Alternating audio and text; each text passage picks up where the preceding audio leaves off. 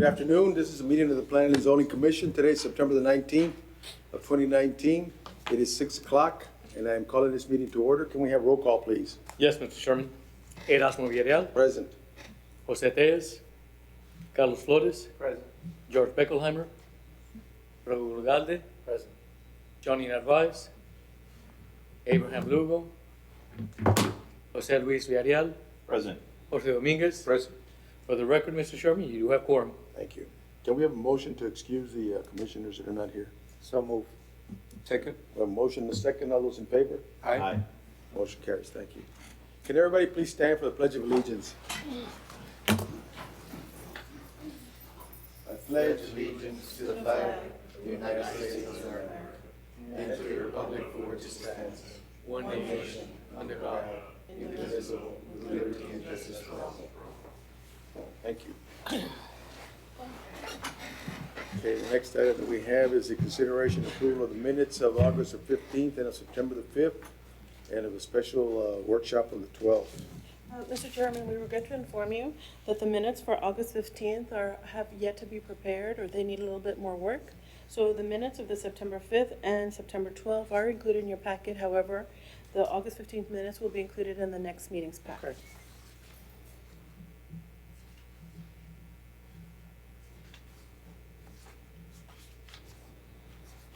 Does anybody have any corrections or any deletions? No? If not, I'd like to hear a motion to approve. Make a motion to approve the minutes for September 12th workshop. September 12th and the 5th, right? Just the 12th? 5th and 12th. 5th and 12th. Yeah. Okay, the 5th and the 12th. Second? Second. All those in favor? Aye. Motion carries. Thank you.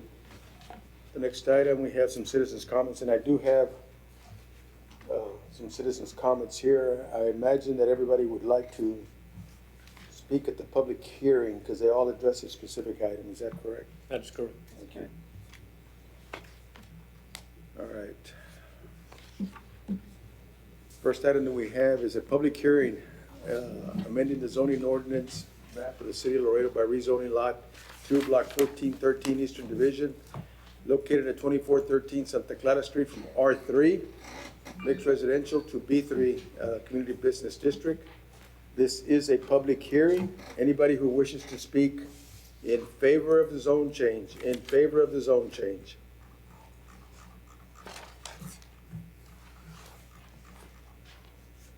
Anybody who wishes to speak in favor of the zone change? For the record, there is no updates. No updates. 23 property owners. All right, anybody who wishes to speak against the zone change? Against the zone change? Yes, sir. This is for Victoria, right? No, sir, this is for, I've been another place. Santa Clara. no, not yet. I apologize. That's okay. All right, anybody else who wishes to speak against? This is on 2413 Santa Clara Street. 2413 Santa Clara Street. Anybody who wishes to speak against the zone change? The staff recommends, does not support the zone change. What are the wishes of the commission? Well, I have some questions. All right, go right ahead. Can you tell us a little bit about what are the properties around it? The location, especially on the block that the proposed mechanic shop will be located, is typified in general by residential uses. South of it, along US Highway 83, you see some more commercial uses, some vacant land, but in the immediate vicinity is mostly residential. What are your thoughts about it, like the idea that we want to have mixed use to some extent? Is this, why would this be an example of mixed use we don't want? That's correct. However, in this case, the comprehensive plan designates it at high-density residential, so you'll have a mixture of the different types of residential uses. However, in this case, it doesn't provide for those more intense commercial uses. Yes, sir. Joe. I'm sorry? So he's working out of his home right now? Or does he plan to open up a shop, or is he gonna continue to work out of his home? I think we've already talked about this item before. I think he's working out of his home. 2413 Santa I Clara. don't think it's an actual shop.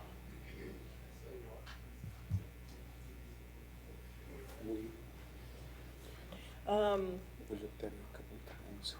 It doesn't compare. well, But it's not residential, a shop, it's a house, right? Yeah, we had this item back here on the 15th of August. that's correct. And we tabled Residential uses and commercial uses are allowed both in the B3. So he could still maintain if he provides appropriate amount of parking and all the rest of it for both of the uses, if it could accommodate the separation distances and all the other performance measures. But with regard to just zoning, it's not compatible with the comprehensive plan. If I may, Yes, sir. Mr. Chairman, I remember that on the last two meetings, we talked about a conditional use permit. I'm sorry, go ahead. And now it's getting back to us as a zone change. I don't actually foresee that would be a very good idea for a residential area. So, Because we had already, by changing the zone to a B3, we're opening that in case he decides not to continue with the auto mechanic shop, he will be able to bring any type of business in compliance with a B3. I personally feel that a conditional use permit would be more appropriate for this particular location because of the fact that if he decides to close the shop, then the permit goes away and everything goes back to residential. And we're not, the community is not stuck with a B3 there. Last time that we heard this item, he was supposed to talk to the department staff and try to accommodate a conditional use permit. And he's not even here, so I don't really see much, but other than to side with the staff recommendations. okay, is that your motion? Mr. Ugalde was gonna mention something. I will go ahead and leave it. You answered my question. I was gonna ask, the last time it came as a zone change also, not as a conditional use permit? Yes. And we tabled it, Yeah. but even though we were to change it to a B3 and he were to do the other uses that are applicable in a B3, he would still need to meet like parking ratios and stuff. Yeah. So it's a small lot. Even if you Yeah. go to B3, there's very limited amount of use you can do with that lot. But I agree with what you said. A conditional use permit would be. I'm sorry, what's on the overhead is not the correct lot. That's not the current one? No, sir. No, sir. Oh, but even that, looking at our drawing here that we have, that lot's a small lot. And to do the operation that, an auto mechanic shop, There it is. you do need adequate parking. I'll go ahead and request to close the public hearing and make a motion to deny and to side with staff recommendations. Chairman, that's the motion. We have a motion, do we have a second? Second. A second? All those in favor of the motion? Aye. All those against? The motion carries, thank you. Next item that we have is item 6B. This is a public hearing amending the zoning ordinance map of the city of Laredo by authorizing the issuance of a conditional use permit for the commercial billboard on approximately .0137 acres out of Lot 1, Block 1, Trinity Plaza subdivision located at 1815 Shiloh. This is a public hearing. There was 19 property owners notified. Is there any updates? No, sir. Okay. This is a public hearing. Anybody who wishes to speak in favor of this conditional use? In favor? Anybody who wishes to speak in favor? Anybody who wishes to speak against the conditional use permit? The staff recommendation is to support the conditional use permit. Does the commission have any questions for staff? Yes, sir. I don't have a question, I think I have more of a comment. I'm very familiar with that area and I feel that, I feel like it's an area that is partly beautiful because of the vast vistas that you have in that area. I think that if we approve a conditional use permit, then someone later down the road, someone else on that street is gonna ask for their own conditional use permit. They're gonna look back at this one and say, well, you gave that one, why aren't you giving this one? So, I'm gonna personally vote that I don't think that we should approve it. I think that the area is residential, it's a nice area, it's upper middle class to middle class homes. A lot of people in that area, that's their first home that they've ever bought. And I think that we need to preserve the value of that neighborhood, and to turn that street into a commercial sign corridor is a bad choice for that area, in my view. Mr. Chairman, not sure if this would allay the commissioner's concerns, but there are minimum separation distances that they would need to abide by, especially with off-premise signs or LED signs. Your packet mentions that for off-premise signs, there's a 1,500 feet minimum separation distances along the same corridor. So it wouldn't, they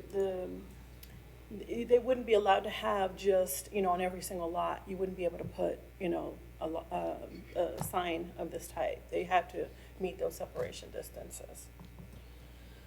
And we're also recommending, if it is an LED sign, that there's gonna be some consideration for the residences in the area. So we wanna make sure that that sign facing the residential area is turned off by 11 o'clock. See, and thank you for that. And that's my point. That's my point. That you have to do that is my point. It's like you buy a house in that area, it's a quiet area, it's a residential area, it's not on a commercial street. It's a big, those homes in that area could potentially be the largest investment that family ever has in their lifetime. And to approve a conditional use permit right now with this signage, that it can be commercial, in other words, it's not, see, because if you remember when this item originally came, the question was, are they using the sign for their business, or are they gonna use the signs for other businesses? Like, in other words, Commercial. Yeah, commercial, and so that was the issue. So, again, I appreciate the comment. I think, obviously, there are some limits to what you're saying that, may be useful or beneficial, but I still feel that is a primarily residential area, and I think that this will dramatically affect, and potentially dramatically affect in the future, the nature of that street and the quality of life in that area through this stuff. So my thought is to vote against it, but that's, obviously everyone can do whatever they want. Does anybody else on the commission have anything? How close is this to Loop 20? Oh, that's a very good question. Let's see if we can see it. Backwoods Trail seems like it's semi. We don't have anything, right? We can't find it on the map. I'm sorry, I'm not able to provide that to you. Sorry, what was the question? How far away is it from Loop 20? Loop 20. It's Loop quite a 20, ways. no, it's not that far. It's about, Well, you know how in Loop 20 you take a left, okay, so it's like you go around the corner and it's right there. It's on the left side, if you're coming off the loop. yeah, this is by Backwoods, so from Backwoods to the loop, it's about, I don't know, half a mile to 3/4 of a mile. That's what Steph was saying, about half a Yeah, mile. about half a mile to 3/4 of a mile, somewhere in there. Is that close to the water plant? Yes, it's before the water plant. Before the water I plant? believe it's before the water plant. It's right after, No, after? right after. Yeah, this is, Backwoods is right there, on Backwoods, No, but you're thinking from the other side. yeah, coming, going eastbound, yeah. Not far at all. No, it's not very far. What, I believe on Backwoods, if I'm not mistaken, right at the corner of Backwoods and Shiloh, there's a brand new burger place. Yeah, yeah. Burger King, right? Burger King. Right there, it's right across the street from the Burger King. So this is a commercial corridor, Mm-hmm.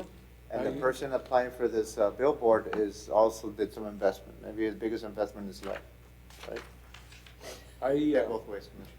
I'm gonna make my comment. I feel that we should grant the conditional use permit to that particular area, because all that section there is becoming commercial, and even though it might be serving for commercial purposes, it's a conditional use permit that eventually it can be revoked at any time.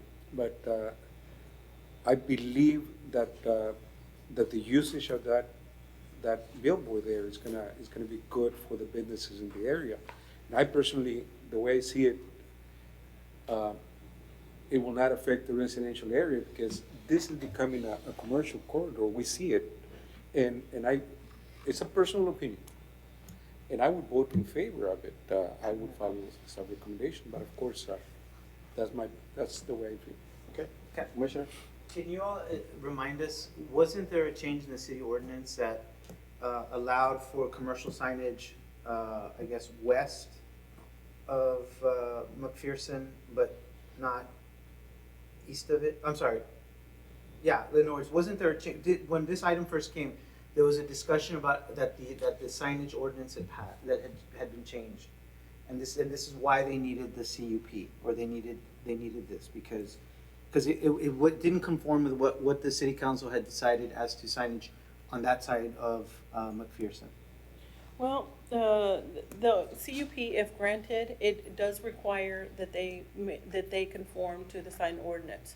So what we're saying in the CUP itself is that our support and the approval would be conditional to the approval by the building department, in which case they would have to. Right, but that's not my question. My question is, was there a deliberate decision by city council at some point to exclude that area from this type of commercial On signage? McPherson? No, not McPherson. Shiloh? This area of Shiloh, where we are. Oh, gosh. I remember that in I'm the not very aware first of item. that. Not to my knowledge. No, No? no, I'm honestly not aware of that. Well, that's what I remember at the first Uh-huh. meeting. All right. Okay, what are the wishes of the commission?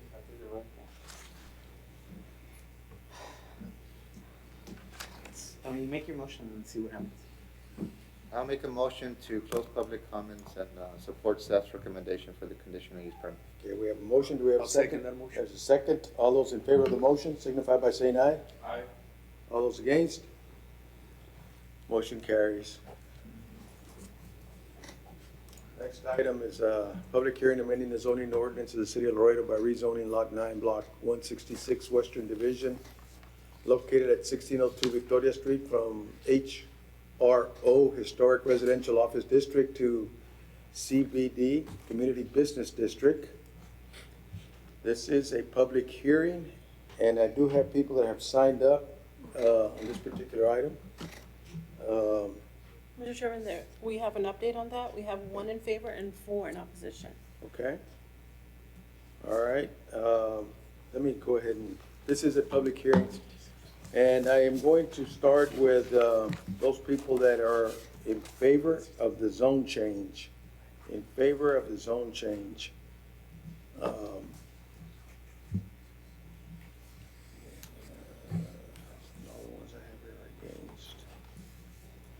Anybody in favor of the zone change? In favor, yes, ma'am. Come on up to the podium, please. Good afternoon. My name is Margarita Gobea, and I am the owner and the business owner for that establishment. I prepared a small PowerPoint presentation to give you visual aids of what I'm going to explain to you, if I'm allowed. Sure. Yes?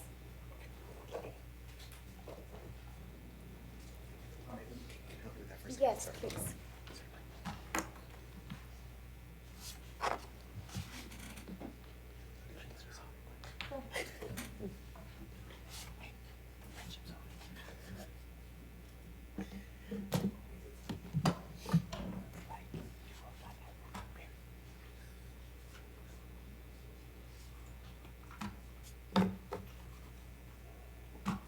Wrong mouse.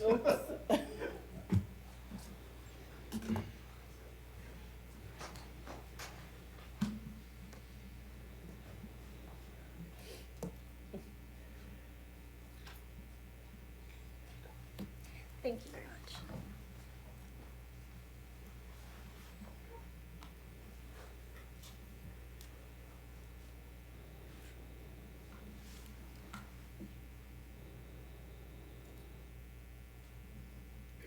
All right, so let's begin. This is the Phoenix Bookstore. It's located at 1602 Victoria. It is a historical building that my husband, Jose Roberto Cantu, purchased back in October of 2019, and, 18, and we have been renovating it since then.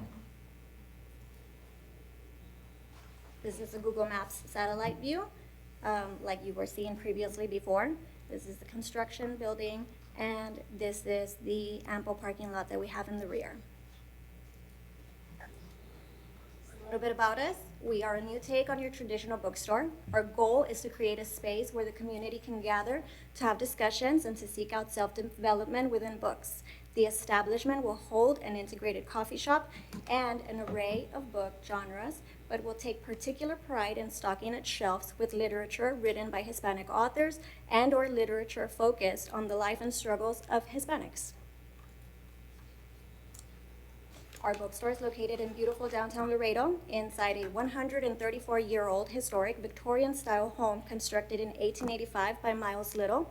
The brick construction contains 7 fireplaces and is rich in architectural and Laredo history.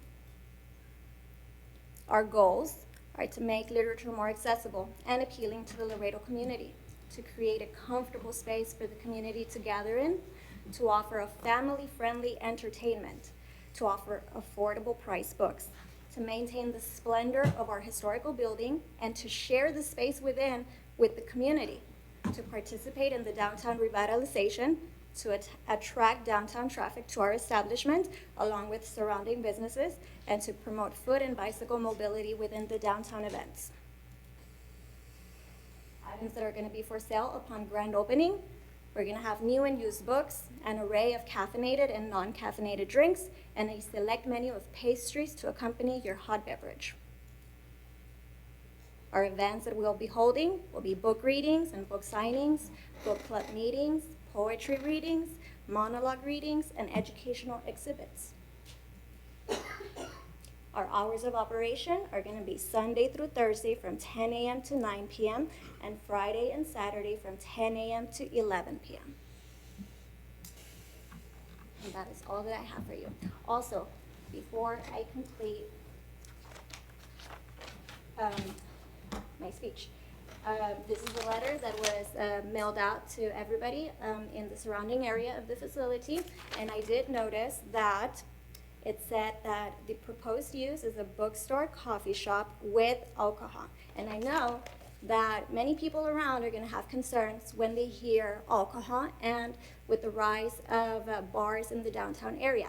I do want to make a very clear distinction between our business and our planned future use to sell alcohol. We do not plan to make our establishment a full-blown bar as the ones that you see on Iturbide Street. We are an establishment that will seek in the future to sell a very limited menu of alcohol, and that is only to provide a variety of drinks to the customer. We very well know that bookstores have pretty much gone extinct, around the nation ever since the creation of Amazon. So in order to bring, customers in and to keep our stores open, we want to provide something a little bit different, something that will attract the customer into our doors. And, if we offer you a glass of wine for you to sit down, some lounge space for you to cuddle in your chair with your book and enjoy your reading or enjoy your conversation, that is what we seek. But we do not seek to provide you with a large array of alcoholic drinks, to constantly be serving out to our patrons. No, that is not what we seek. So, if you have any questions, I'd be glad to I have a question. There's a distinction between alcohol and then liquor, right? The licensing? Yes. So Yes. the liquor license is obviously more expensive, and that's the Yes. hard liquor Yes. type. So I'm assuming that you're going for the alcohol, which is beer and wine. Yes, exactly. Okay. Any other questions from the commission? Just real quick, as far as the parking was, how's that, Vanessa? We haven't reviewed it for parking, it's a zone change. We're just looking at the zone They change. don't supply a site plan. With zoning, it could be any use that is allowed under the zone, so we can't really review parking for all the potential uses, okay? Downtown, are they pushing more But off-premises CBD parking? doesn't require parking. Off-premises parking, so street parking, right? That's one of the biggest issues that we're facing is the parking. Your name for the record? Jose Cantu, sorry. Jose Cantu. If I may, when we asked permission from the city to begin construction, we did submit a site plan, and our parking lot, if I go back to, Correct correct me if I'm wrong, but downtown, we're promoting more off-premises parking, right? Street parking? Yeah, well, That's comprehensive plan calls CBD for that, right? doesn't require parking. So the proposed zone wouldn't require it. There's meters all around the, Is that what the comp plan? Just to make sure that you are aware, our architect did measure our backyard, and we can accommodate 10 vehicles in our backyard within our property lines. Not utilizing the meters that do run around the entire block and nearby streets, no. Just within our parking lot, we have 10 spaces available. also Cultura is really, it's about 2 blocks away, and the parking lot that you see, It's not no, but the parking lot right there, some Across the offices, street? but right after you have the stripes, so the stripes also sells alcohol and stuff like that.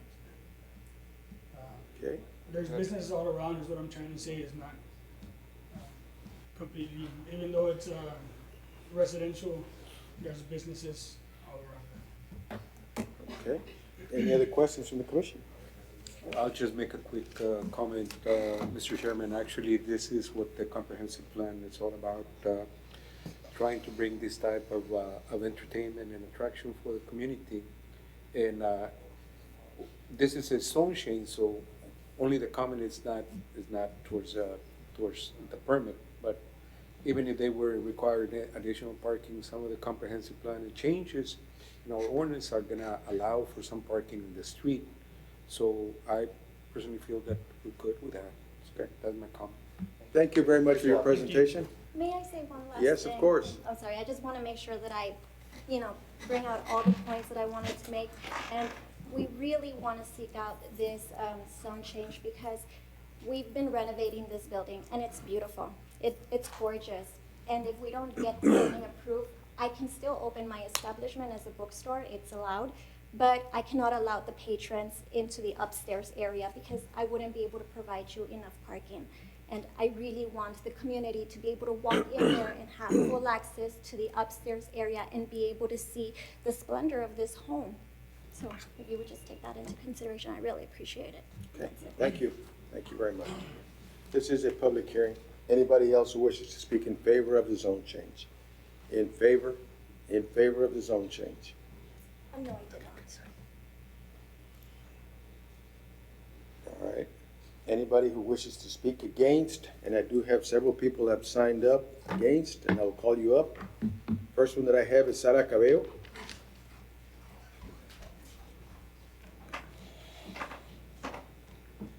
Thank you very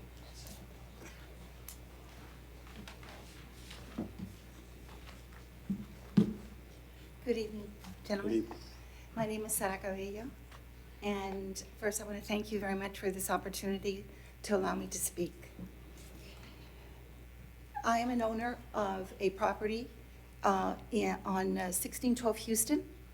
It is a historic home. It was built in 1895, and it is right in front of St. Peter's Plaza. And that particular home, I am very, very sentimentally attached to it. It is my childhood home. I was born in that house. It belonged to my grandparents. I grew up in the St. Peter's neighborhood. That neighborhood has a very unique characteristic of being not only historic, but a very quiet residential area. Yes, there are schools and there are businesses that they were grandfathered in before the historical zoning. I would like to oppose this zoning change based on two facts. One, it's going to set a precedent that if you approve this zoning change, then how are you going to disprove future? It will significantly change the history of this beautiful old neighborhood that is very, very quiet. As it is, right now, it is also allowed for office space. There's schools there. St. Peter's there is an active church, St. Peter's Church, and then there is the Valdez High School for LISD school. I would like to first say that it seems very inappropriate to me that in the same block where there is a high school where there are going to be minors, I'm sorry, that there is going to be alcohol available. You have seen that there is an abundance of alcohol serving areas in the downtown, and what a problem it has been. Not only the nightlife, the traffic that it generates, but the type of people that go there. In the downtown, there's even been a death in a lot of these alcohol places. I think that approval of a zoning change would set a very dangerous precedent. How would you stop someone else from, again, serving alcohol in a historic district? St. Peter's is a very significantly and distinctive area of absolutely some of the oldest homes of the city. It is one of the oldest historic districts of Laredo. There are old homes there that date into the late 1800s. My home dates to 1895. St. Peter's Church was built in the early 1900s. St. Mary Help of Christians also was built in 1935. There are some beautiful, architecturally beautiful houses there that the type of people that would come, and I appreciate the honorable lady that presented her, justification for a zoning change. I do appreciate it, but I see it as a very, very dangerous thing that how can you stop in future alcohol serving locations? It's a residential area, it's very quiet. She stated there is only 10 spaces. I'm sure she expects more than 10 customers at the same time. I believe this is going to change the character, the nature of this neighborhood dramatically. And I urge this honorable committee to deny this zoning change. Thank you. Thank you for your comments. All right, we'll continue with those wishing to speak against the zone change. I have Mr. Jerry Thompson.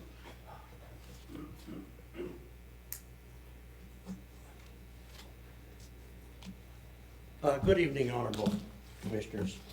My wife and I have spent 4 years restoring that home at 1602 Houston. As was pointed out, that is a very, very historic area. In fact, I would guess to say that St. Peter's may be second only to San Agustin in its historic character.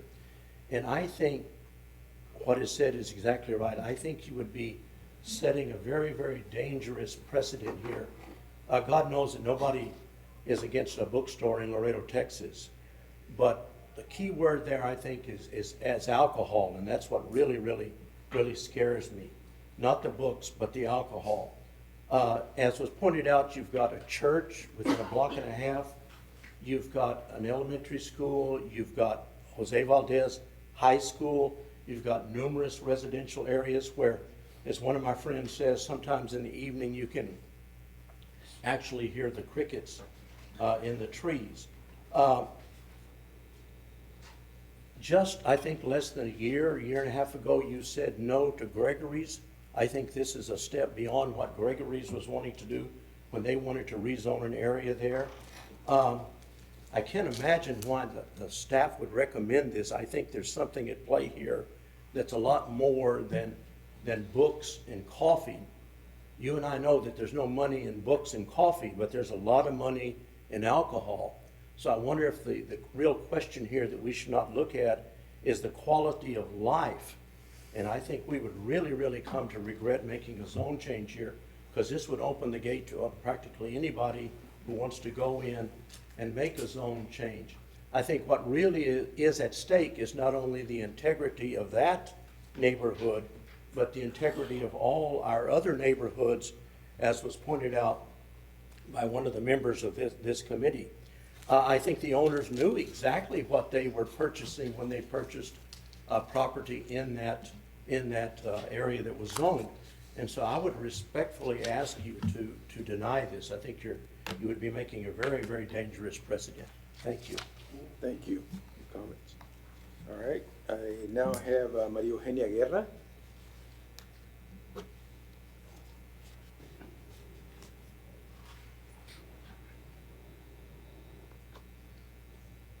Good afternoon. My name is Maria Eugenia Guerra. I own a piece of property at 1812 Houston. I've owned it since 1996. I believe it was built in 1901. I have very much enjoyed the tranquility and the peace of the neighborhood. It's unlike any other place in Laredo. The buildings are beautiful. The neighbors, well, until recently, have been great neighbors. We've had an influx of new owners in the area that now make a lot of noise, just blaring music, which you've never had before except at festivals and that sort of thing. So I would like to know if this bookstore, coffee shop, place that sells alcohol plans on filling the airwaves with loud music as well. That's definitely a consideration. I'm not in favor of the zoning change. I think you would destroy the fabric of this neighborhood, which is largely residential. At worst, maybe a conditional use permit, but not a full-blown zoning change. I think that would set a terrible precedent. And those of us that live down there really take care of our buildings and take a lot of pride in living there. It's just a beautiful, beautiful place. It doesn't need to be sort of rocked up and changed by commercial enterprises. It should remain as it is, which is a giant page in the history of this city. That neighborhood represents a lot of the history that came about with the coming of the railroad. It's called the Depot District, and many of those homes were built by folks who either financed the railroad, built the railroad. It is a page out of Laredo's history, and I really would like it to remain its beautiful historic self. Thank you. Thank you. Your comments. Okay, I do have Jorge Santana. Hi. Hello. Hi. My name is Jorge Santana. I live at 1814 Victoria in an 1890 home in St. Peter's neighborhood. I feel very, very bad for the two young couple that just came, because if they were 1 block away, I will be there helping them probably paint their walls. But unfortunately, they're in the St. Peter's historic neighborhood. We are not part of what's considered downtown, which is the buildings and the businesses. This is a residential area. And even though I don't mind the coffee shop, I don't mind the bookstore. I'm a writer. I have several of the people that have spoken here are writers too. And the thing is the alcohol. The alcohol, because that's probably what's gonna be the most money income thing happening there. And this is primarily, in its majority, a residential area. The buildings, as has been stated before, the businesses that are there were grandfathered in from a time where no zoning areas were established. This is a very quiet, very peaceful neighborhood, and even though we don't think that a coffee shop is gonna destroy that, what ticked everything off, and we're only 4 here, but I can assure you that many more have spoken, was the alcohol part. That really, really scares us. Because they mentioned Cultura Beer Garden. Well, Cultura Beer Garden is surrounded by businesses. It's in the downtown district. This is St. Peter's. If you look at the map, there are homes, an apartment complex on the back, homes that the rent for 4 or 5 people in the back. There's residences around it. There's even, I think, a Christian temple right across from it. I don't know if, I have a few questions. If they don't change to CBD, can they still open the coffee shop? Mr. Chairman, the proposed bookstore use is allowed under the current zone. And the coffee shop too? Yes. Okay. So the only thing here will be the alcohol that they cannot sell. I'm sorry, sir. Right. The alcohol sales is a subordinate use. The primary use is the bookstore, so it would be allowed under the So it will current be zone. allowed under the current zone. They Yes, can't sir. sell. So the only change is for the parking? That's correct. They That's- touched on it briefly, that within their current zone, they would need to comply with the parking requirements for the square footage they'd be using for the bookstore. With the CBD, since it provides that no parking is required, then they would, as she said, as she mentioned, she'd be able to open up Wouldn't 10 more square spaces footage. be enough for Excuse me? wouldn't 10 spaces be enough for a coffee shop without changing to a central business Again, district? I'm sorry, we haven't reviewed it for parking since it is a proposed zone change. So it's all potential uses. That's how we formulate our position. Well, that's one of my things. If it's 10 parking spaces, I will think that's enough for a coffee shop. I don't know about the requirements, so they will be without changing the zoning. See, the issue is this. This is the only well-preserved historic neighborhood in Laredo. Progress, some people confuse it with changing. They think that change is progress. Well, sometimes it's not. The charm of this neighborhood is that it has stayed the same for a very long time. The plaza that's only a block away hasn't changed in more than 100 years. That's the charm of our area. We are a little bit scared of the alcohol part, honestly, because we do see what happens at Cultura, which is it spreads blocks and blocks from it, which is okay because it happens in another part of the area that it doesn't affect us. But we do have a issue with the alcohol part. I think that's pretty much it. If they would have taken it off and asked for a conditional use permit, not a full zone change. Conditional meaning that when they leave, if they leave, hopefully not, it reverts back to the original zoning. So unfortunately, because of the alcohol and because of the it's not conditional, this permit, right? No, it's a zone change. They're asking for a zone change. For a condition? No, it's a zone change. Zone change, yeah. If it was conditional, I would be for it, but since it's not, I can't. And I can assure you, I was the president of the neighborhood association for a few years. I can speak for a lot of the neighbors in St. Peters. And that's my. You have a question? Yep. Do you have a question, sir? I have a question for the owner. Okay. So You? that's my comment. Thank you. Let me ask you a quick question before we continue. On a conditional use permit, Mhm. the issue then here is a parking issue. It sounds like, she Because touched on that I think, what. That's why she's applying for this Yeah, CBD. it is a parking issue. Mhm.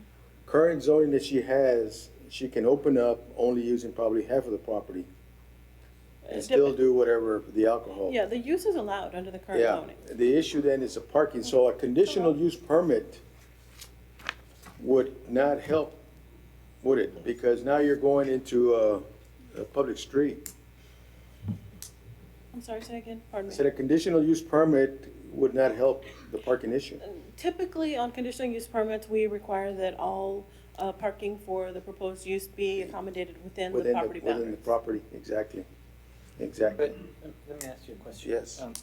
So we have had in the past, as you well know, we require all the required parking and that they have been approved in deficiency of the requirements. So like in this case, I don't know how many parking, let's assume she's 10 parking spaces short. Mhm.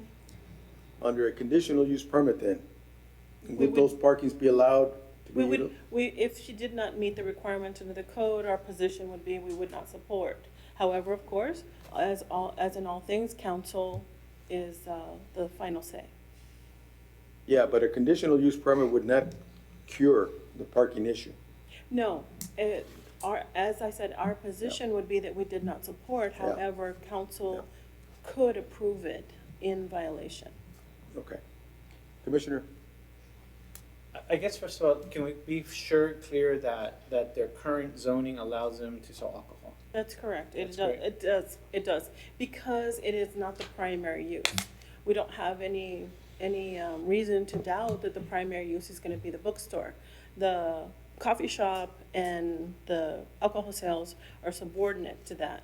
And they'll be monitored, they'll have monitoring from TABC, and once they surpass the 51% sales of alcohol, then that'll change. But if their sales are 51% books, that is the primary. Okay, so let me ask you this. In terms of the percentages of sales, Mhm. if we were to grant the zone change, would that eliminate that percentage No. requirement? No. It would remain? It remains. Okay. Okay, I do have a question for but see, I guess then the question is really can I ask the owner to come back up? So really, is the only issue for you then the parking? Yes. Okay. Yes, I do want to make the entire home accessible to the public so that they can see how the home has been restored. And, you know, it's a home that was near demolition. When we stumbled across it, it had no more roof. The second floor had disintegrated because all the elements of nature fell in. So all we had when we purchased it were the basic 4 walls of the construction, and from there we returned it to, you know, a habitable building. And we do really want to share that with the community. You know, we've been hearing a lot of talk about how the downtown, everybody's saying revitalize it. Not only revitalize it, but let us see it. Let us, you know, sit there and enjoy the same splendor that the residents, you know, that live in that neighborhood get to enjoy. Like, the community wants to go in there and see those same beauties. Okay, so let me ask you this question. See, here's the tension, I think. The tension is the people that have spoken, and I actually know several of them personally. They're very progressive people, and so if they're coming out against it, then it's like, well, why are they coming out against it, right? So what I think their concern is, just from what I'm listening, is that that they don't want it to become just like a full bar. Exactly. Is basically what I think they're worried about. I think they're worried about drunken people out in the street screaming, yelling at all hours of the night. I think that's what they're concerned about. I think they're concerned about blaring music and things like that. Okay. So my question to you would be, and I think that we can do I've never understood that about the CUP.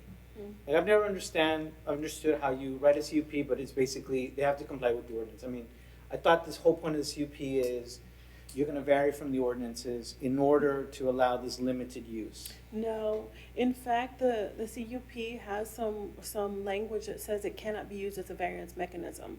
What it is simply a mechanism to allow for a use that's not permitted in the original zone without changing the zone.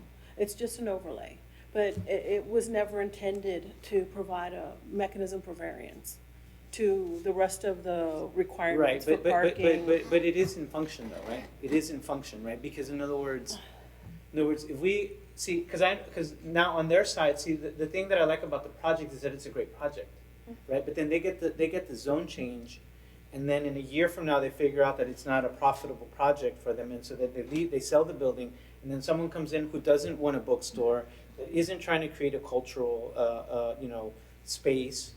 And then they turn it into a bar because it's been zoned into something that, it's allowed to do. So they can still serve alcohol on the bars zone. are no, not. I know they can still serve alcohol on the zone, but what I'm saying is, her goal is to be able to use the full building. Are you with me? So what I'm saying is, why don't we do a CUP allowing them the parking difference so that there is some level of control as to this project. In other words, that we approve essentially the project. What are you trying to control exactly?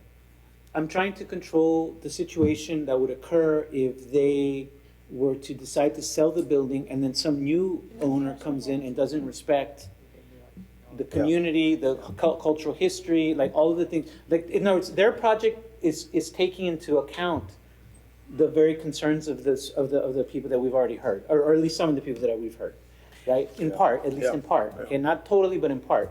Okay, and what I'm just saying is, like, would it make more sense to say, why don't we approve the project by coming up with a CUP that allows them to have the parking, requirement lowered so that they can make it with that parking space? Because it falls within what we're trying to do with the comp plan, which is we're trying to do off-site parking. It's downtown, it's near downtown. You know, it's quality of life, it's, you know, it's all the same. I mean, because the argument, let me tell you, the argument against the property owners, in my view, is simply, you know, they're opening up a historical home to the entire city of Laredo. I mean, you know, how many Laredoans do not get to enjoy a city, to see a building like that? You know what I mean? You know, and that's where our struggle is between the needs of the homeowners versus the quality of life of the grander group of the city, and that's part of what our comprehensive plan is about. So I'll end with that point. I'm just saying I want to make the project work, but I also want to help the landowners that are the property owners currently also feel comfortable that there's a check and balances in this process. Commissioner, to be clear, you're correct. If for some reason they would sell the property, they could, the succeeding property owner could use it for any use that is allowed under the ordinance, under the new zone. However, for a bar, I know you mentioned a bar would not be allowed. It is allowed only with the issuance of a special use permit. So they would have to come back, whomever would have to come back and petition the city council for a special use. That's not their permit. primary use, it's in like. So it would not be a use by right. So if we approved it, then my concern and my attempt to articulate part of their concern is basically a non-issue. Yes. Okay, Commissioner. Yeah. No, she answered my question. Okay. I have one. Go ahead. So these are the same concerns, similar concerns of what I have read up with neighborhood and downtown revitalization issues. It happened in Austin when they were trying to revitalize the east side. It happened in Denver. It happened in Brooklyn. And all those have been successful projects. So if we're here promoting comprehensive plan, because you preach to the comprehensive plan by like a Bible. Thank you. Okay. So you have an investor is willing to invest in the community and willing to restore and keep the aesthetics of the building, and then offer a service at a library close to the school. The alcohol is governed. That's CABC. It's not that they can serve it at free will to everybody. They have the ID. If they don't ID, they lose their license, and there goes their business. And I've been in bar business, and there's not that much money in alcohol. Trust me, there's a lot of bars that go out of business because of that. This is a great project. I think the concerns are valid, but I think the long-term vision for this community, it would be a benefit to Laredo and to the surrounding area. Okay. I think there's other people that wanted to speak right now. All right. All right, thank you. Quick comment. Well, yes. Come on up to the podium, please. Yes, we don't are against the development, that's what it's called, progress. But what if next to your home, somebody changed the zone to full commercial and you weren't in control of what happened to it? You wouldn't be so happy about it. It's the same thing that's gonna happen here in St. Peter's. Slowly but slowly, it's gonna get dotted, you know, with commercial uses everywhere. And we won't have control over what happens. Yes, a bar cannot happen unless certain conditions. But would you wanna, whatever falls within CBD, which is a long list of businesses next to your home, and that would slowly start to eat off St. Peter's. And as I mentioned before, St. Peter's is not, I don't consider St. Peter's to be the businesses and the downtown bars and restaurants. We are primarily a residential neighborhood. Yes, there are a few buildings that are empty, but not everything. We have a lot of neighbors, a lot of homes. We're an active neighborhood. It's not like we're abandoned in need of revitalization. This was a building that was abandoned for many, many years. We're happy to see it restored. but we're very concerned about a full zone change. I'm for, and a lot of my neighbors are for a conditional Jorge, zone change. but Jorge, you could understand also that revitalization is not just, in other words, when we're talking about revitalization, there's not just the stakeholder of the landowners in the neighborhood. The stakeholders are the entire city. In other words, we have multiple stakeholders. Yes. Okay, and our job in this commission is to balance the needs of private landowners versus the needs of the larger community, right? And that's why the city council adopted the comprehensive plan. And that's basically what's guiding this conversation right now, to be quite honest with you. But what are the needs of the St. Peter's historic And I neighborhood? understand that, and that was part of my comments, remember that. In other words, my comments are, I understand. No, I what you're agree saying. with what you said, I Yeah. agree totally. Yeah. I think a conditional permit use is required. And that's what will benefit St. Peter's. A full-blown zone change will be the first time it happens in St. Peter's. It will be the first time it happens.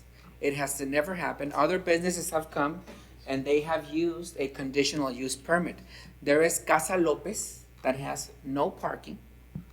They were given a conditional use permit so people can park on the streets, and they have been very successful. That would at least that for this place. And I'm not sure that our neighbors are gonna be there, but not a full zone change, because it sends a very dangerous precedent. Again, we are not downtown where it needs a lot of work, and we are a historic neighborhood. I invite you, if you don't know the neighborhood, to go and walk it at night or at day, whenever you want. We need our homes to be first secured, and then we can think about businesses. We're not against it, but a conditional use permit, that will be of great benefit to our community. Thank you. Very quickly, I know you've got better things to do than listening. Mr. Flores and Mr. Ugalde, I would also invite you, and the other commissioners, of course, to visit that neighborhood.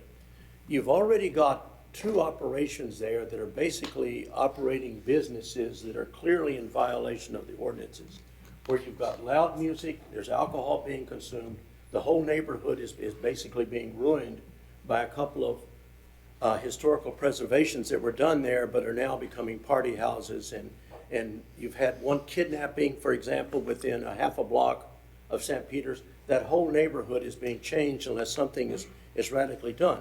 There's a big difference between 6th Street in Austin and residential areas in East Austin, or downtown the French Quarter and residential areas of New Orleans, or Brooklyn for that matter.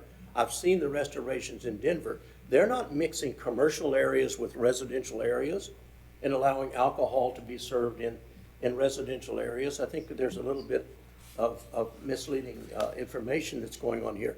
But I really, really think you all have already said no to one group that wanted to operate a business. I don't know how you can all of a sudden say yes to another group. Okay, let me tell you the distinction in my mind, because I'm the one who made that comment. Yeah. To me, the distinction in my mind is the light pollution from the sign. Oh, I agree. The ugliness of the sign is going to basically ruin the character of that street. That's my view. As opposed to the bookstore here, which I think is going to create quality of life not only for the residents in the entire city, but also for the residents in your neighborhood. Now, I understand your concerns, though. Like, in other words, I get it. The point is that you want, like, this is a good project, and you want to say, okay, well, if this project is a good project, we're willing to limit it to this project, but if it doesn't work, we don't want someone else to come in who's got some terrible idea, and then that would change the character of the neighborhood. Kind of like the examples you gave about these other businesses that I don't know which ones you're talking about, but it seems like they're serious offenders. I don't see a bookstore with some wine and beer, and sandwiches being, this terrible thing. I know that Raquel Senties, for instance, she used to own a little cafe, I think it was on Houston Street, and I don't know if anyone was opposed to that particular project, but I would imagine that sometimes she had, poetry readings and things like that. I think that's what they're envisioning. And so, and to me, I just think that's what I think that's what I feel like the comprehensive plan is in this fight has been about. It's been about that we City of Laredo can have cultural centers like other cities have cultural centers. Well, but you have cultural centers and cultural centers. You don't have cultural centers. In other words, how would you like to live on 6th Street with, you know? Right, but this isn't really 6th No, Street. This is not a really. No, I realize that, yeah. but my fear is that you're opening a door here and then somebody comes tomorrow. You No, I can't say understand no that. to I get that. I get that. And that's I why think I'm it's saying a maybe dangerous maybe the precedent. All right. CUP is the way to go. Maybe, or whatever SUP. Okay, all right, thank you. Yes, sir. Hi. I just want to address a couple things. I live in the neighborhood. Let me have your name for the record, please. Roberto Gonzalez. All right. I own 2 properties on Houston Street, on 1802, 1807 and 1714. Okay? I think one of the businesses he's referring to is probably mine. I'm the Laredo Mansion. I'm running a bed and breakfast. How it's an illegal business, I have no idea. We don't operate with loud music. I am aware of what he's talking about. There's a situation recently that happened with loud music, a party with loud music, and it was loud. It was a family party. It wasn't a bar situation. It wasn't a situation where I was at hand. I lived right across the street, and I saw it happen. It was loud. I told my neighbor, he should have kept it a little bit lower, but I'm for it. I'm all for this project. I don't think you should give them a conditional use permit. I think you should go ahead and change the zoning outright. I don't think it's fair to an investor that's gonna put all his money just to get a conditional use permit like Casa Lopez did. I think it's unfair to Casa Lopez that he only has a conditional use. He spent so much money, and this place is awesome, and it looks great. And it's a huge plus to the neighborhood. And it's a conditional use permit. I feel bad for him. I wouldn't have done it, personally. I would have left it an abandoned building like we have. We have tons of abandoned buildings. So 1600 block, 1700 block, 1800 block of Houston, we have 1, 2, 3, 4, 5 residents in 3 blocks. You know what I mean? And that's just on Houston Street. You can go up other streets and count more, right? But we have a lot of vacant, abandoned buildings that are going down the drain. And this has been going on for 30, 40 years. The homeowners in Laredo haven't taken it upon themselves to revive these homes as homes. And that's the truth about it. There hasn't been enough of us. I'm one of them. I love the area. I've respected it. I've done it according to all the permits. I got all the historical permits. I did it according to the law. And I love my neighborhood, but I want to see change. I don't think we should allow these buildings to stay vacant because people won't invest in them because of these restrictions that we're talking about. These restrictions that we're talking about will not bring investors. They will push away investors. And I mean, I think it absolutely should be regulated. I don't want a bar next to me. I think that is number one. But he mentioned 6th Street and he mentioned Bourbon Street. We don't want that. We want the French Quarter, and we don't want that either. What we want is a garden district. But you know what? They have Commander's Palace, which is an amazing restaurant. They have Upper Line, which is an amazing restaurant, right in between the homes, which it could happen if we do it with respect, if we do it along the right lines. And we do have good neighbors in the area that are for this. It's not all against. And I just wanted to come up here and represent that. And the concerns are valid. And we don't want it to turn into a bar scene. We wanted to keep it as a residential scene, sprinkling some great businesses like they're trying to do. I mean, we should, if I could say this, you guys should give them whatever they need for parking because it's downtown. You know what I mean? That's an issue for us. It's just we don't have parking. Okay, it's not downtown, it's in the historic area, but we don't have parking lots. We don't have parking areas. I mean, we can't just build a parking garage in our place. We can't just build a driveway. We have to get a bunch of permits and go through a bunch of ordinances to do that. And I think if we want to advance the area, I think we should allow businesses like this to operate. Okay, thank you for your comments. Thank you for your comments. All right, I think we've had it. Yes, sir.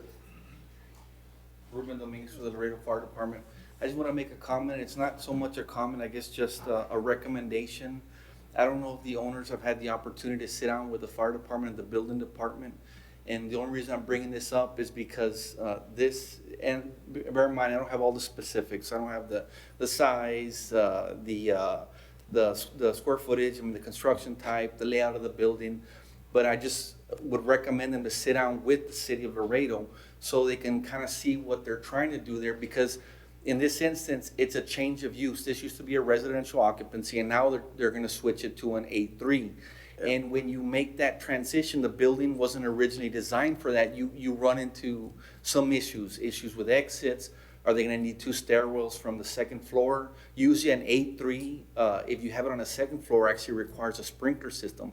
But there's the existing building code that you can look into to see what their specifics are. But I do recommend that they sit down, because if they don't, there's a possibility that they do all this work, and then once they get to the very end, they come in and fill out a new business form, and then when building or fire shows up, then they say, well, you know what, we encountered all these problems, and they put the whole project on hold. So I'm just recommending they sit down with the city now, so they can kind of go over it, iron out any issues they might have, maybe even point them in the right direction to what they can do, so it can help, if this does go through, make it a smoother transition. Makes sense? Sorry, one last comment. Just a minute. Oh, sorry. Let me call Ms. Gaona up, please.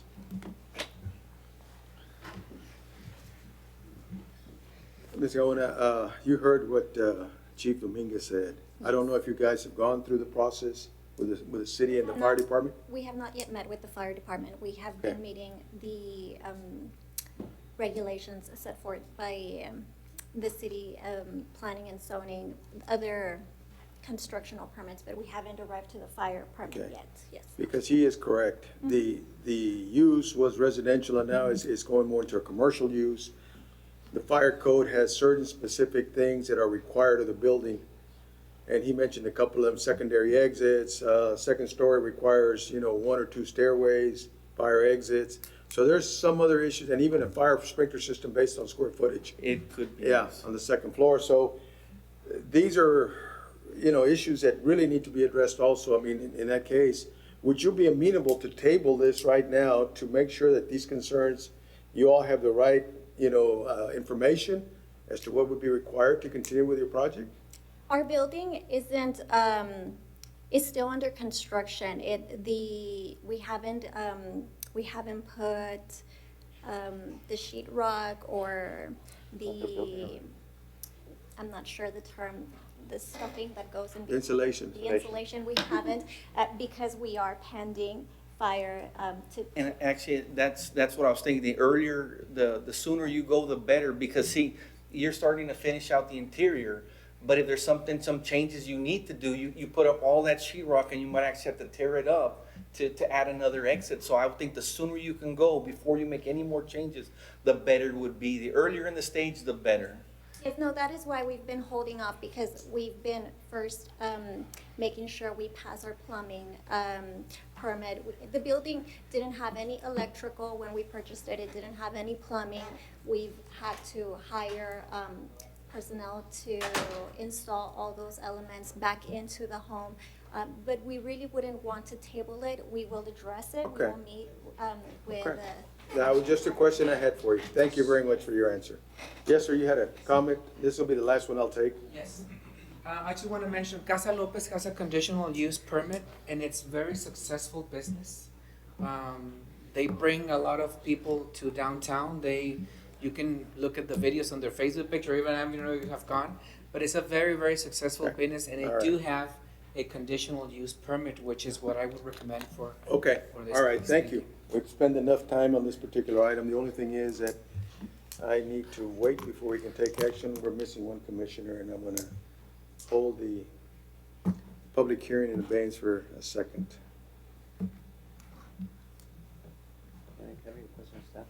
Yes.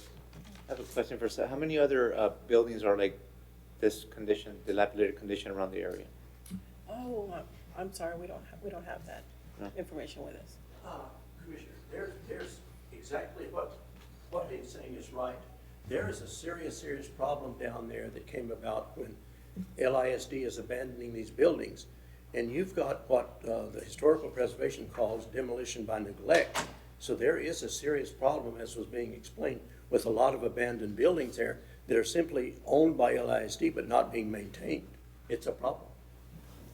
All right, we do have a full commission now. All right, what are the wishes of the commission? You've heard both sides of this issue. I really, can I make a comment? I really feel that, I think that think that we should I would ask the owner to consider a CUP. Or is it SUP? What is, CUP? Conditional CUP. use. I would ask them to consider that only because, I understand that there are other regulations in terms of the drinking and all of that, but, you know, it would be an opportunity to be able to, if the project doesn't work, and I hope that it works, it's a wonderful project, I really, really hope it works, you know, that we could look at the parking issue again later as a way of figuring out what the next project on that building would be. I don't know, I feel like that would give the property owners some degree of comfort, and it would be a win-win because they still get to use they get to still do their project, and the property owners feel that there is that one layer of protection that they're asking for. I feel like it's a good compromise, you know. And I feel like if you were to give that compromise, I feel like the property owners around you would be more likely to help you to make it successful. You know, because you know they are going to be the people. A lot of them will end up being patrons at your place. So I don't know. That's my comment. I know that's not what's the business here, but that's my comment. Yes, real quick. I think the observation of Commissioner Flores is very good. I think all the issues in the residents have an issue about the zone change, even though comprehensive plan calls for that type of businesses to be accommodated. I think we have a very unique situation here where we have a historical district with some of the residents being against the zone change. And we have an investor that it's put a lot of money into it, which, and then we have the fire department that just gave us a good lecture as to what's gonna happen once we turn this into a commercial. Being as it is right now, Mr. Chairman, they don't have to worry about that yet, see.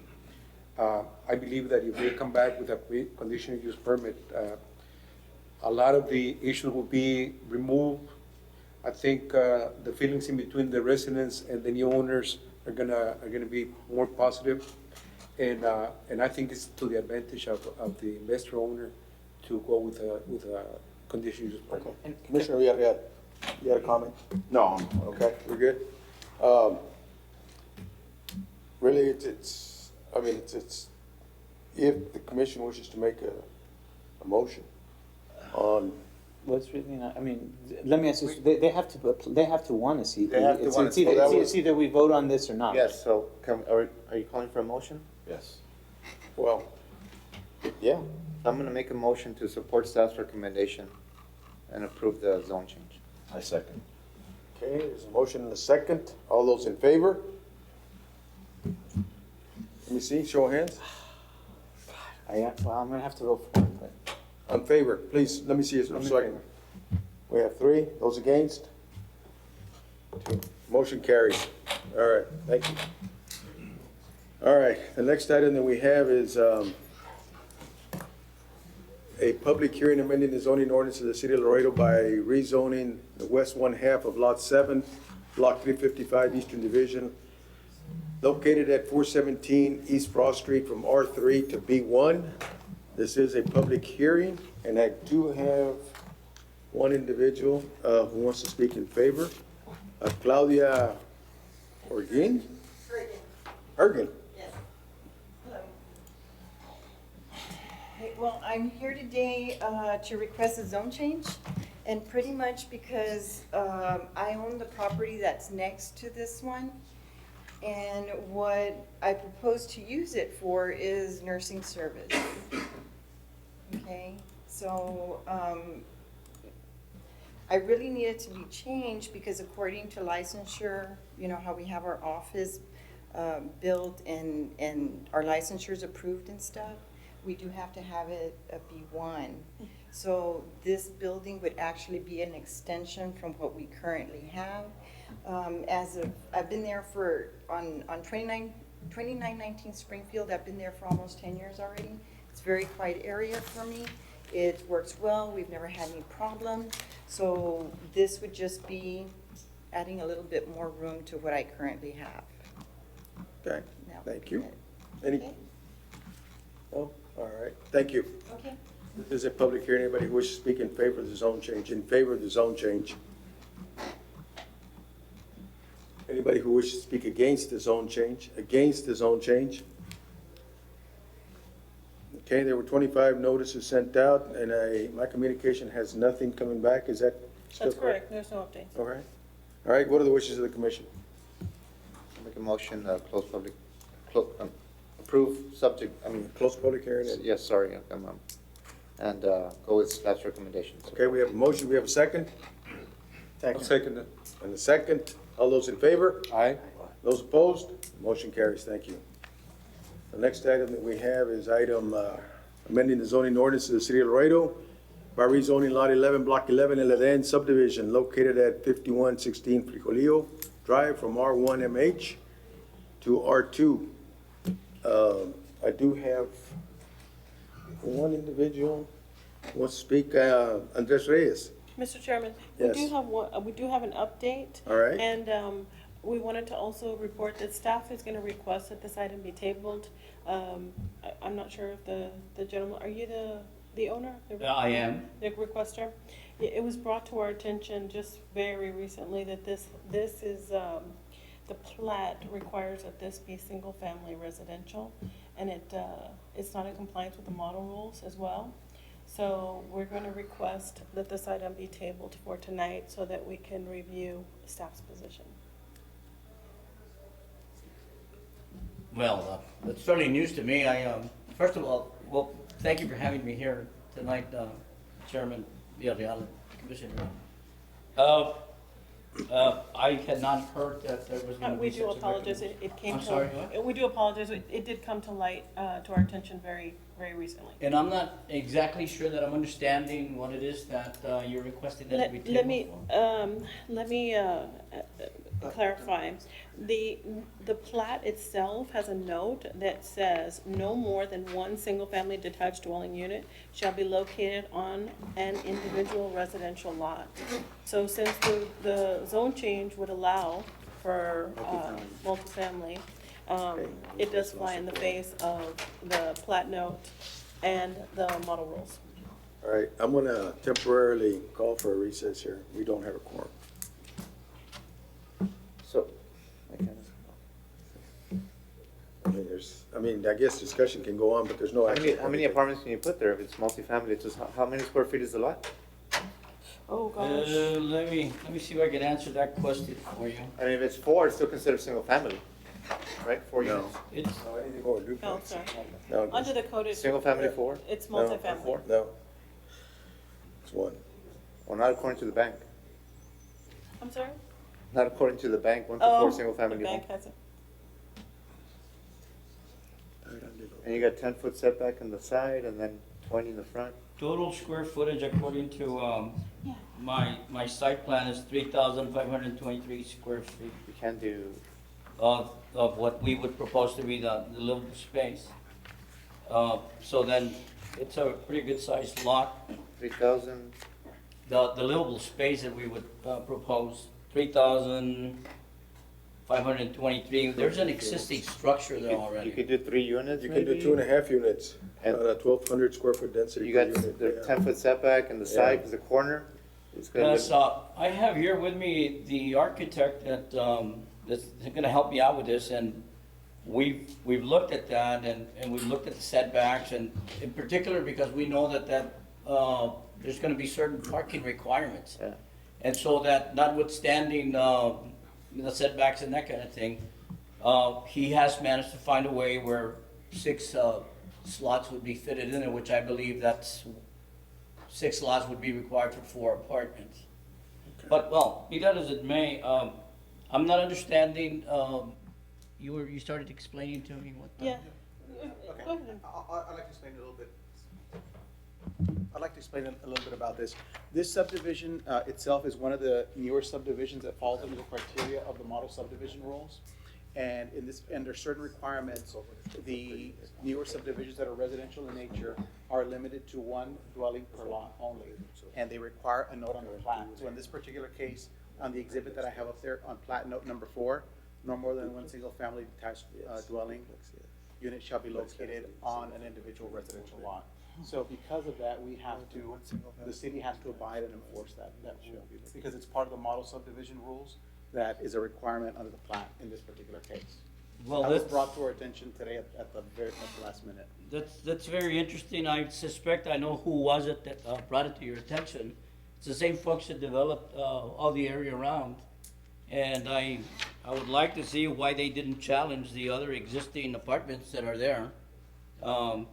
There's one, to be exact, at 4632 White Sand, which is not even half a mile away. Is that part of the same plat? Is it the same plat? Same area. No, same plat. I'm Gotta sure be it the same is. plat. I'm sure it is. It's not, It's not the same plat? It's a different plat. Well, you know what, it's the same scheme, it's the same layout, it's the same type of residential mobile home slash homes.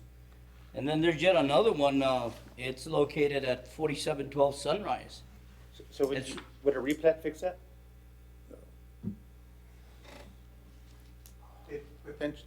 It potentially could fix that.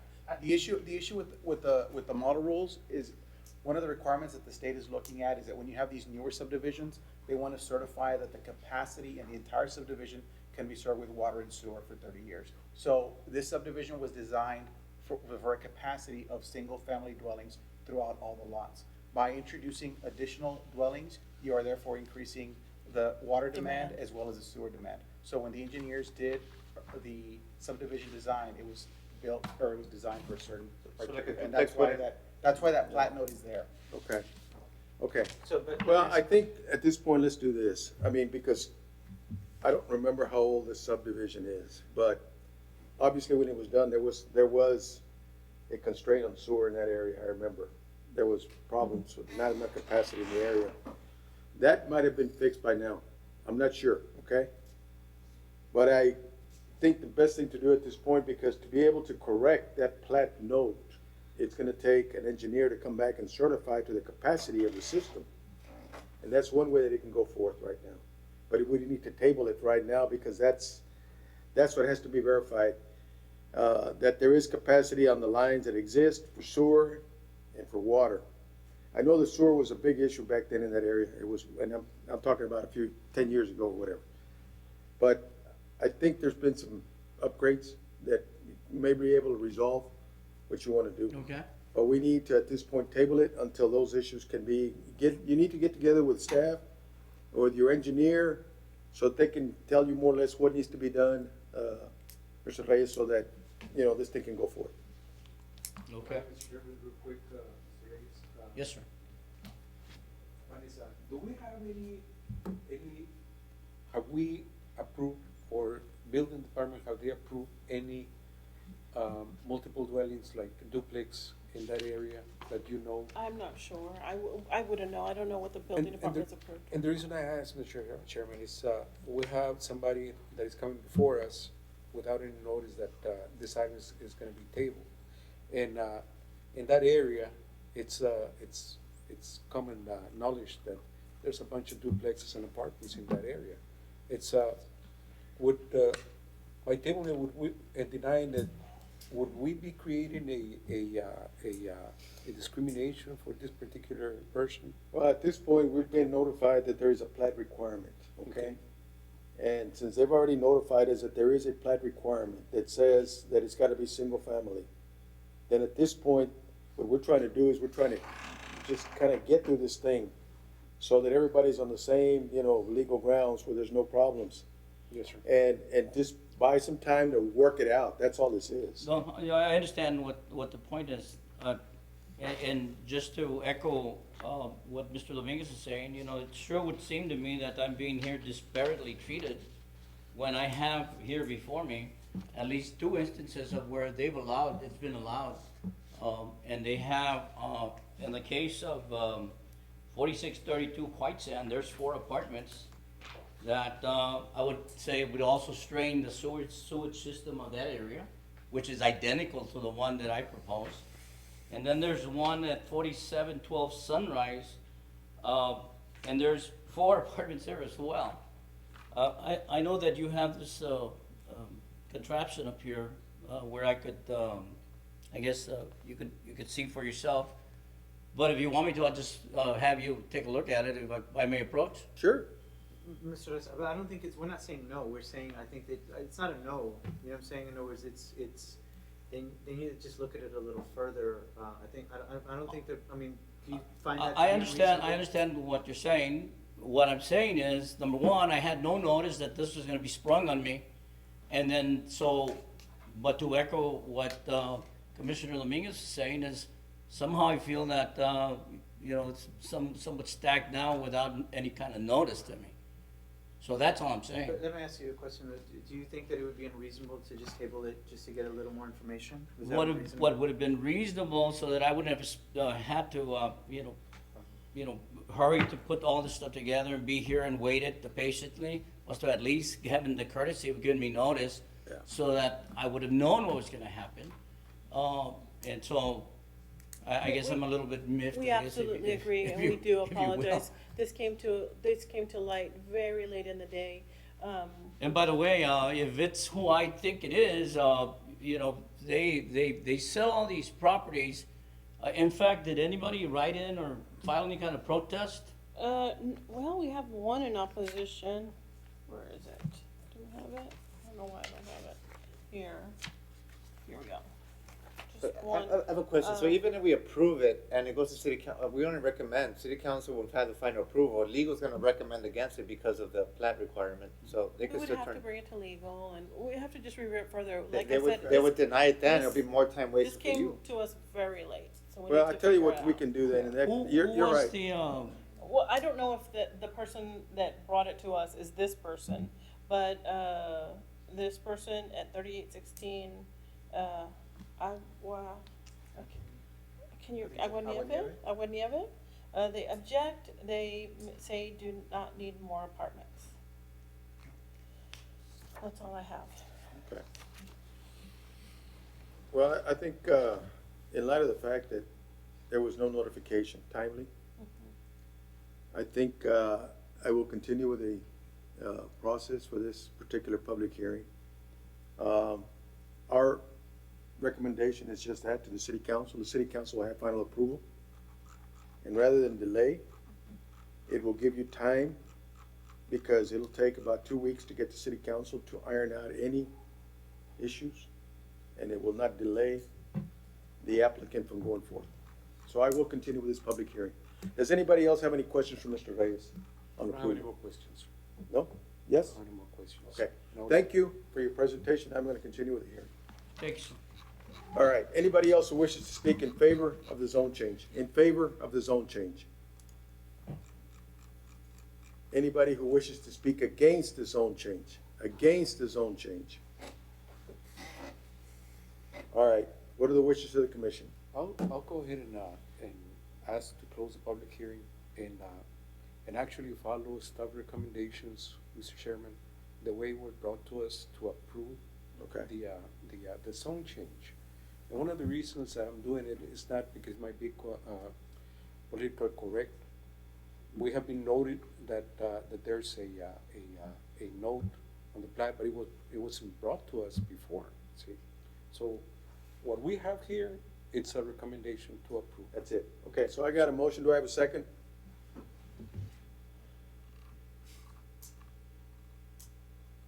I will second it.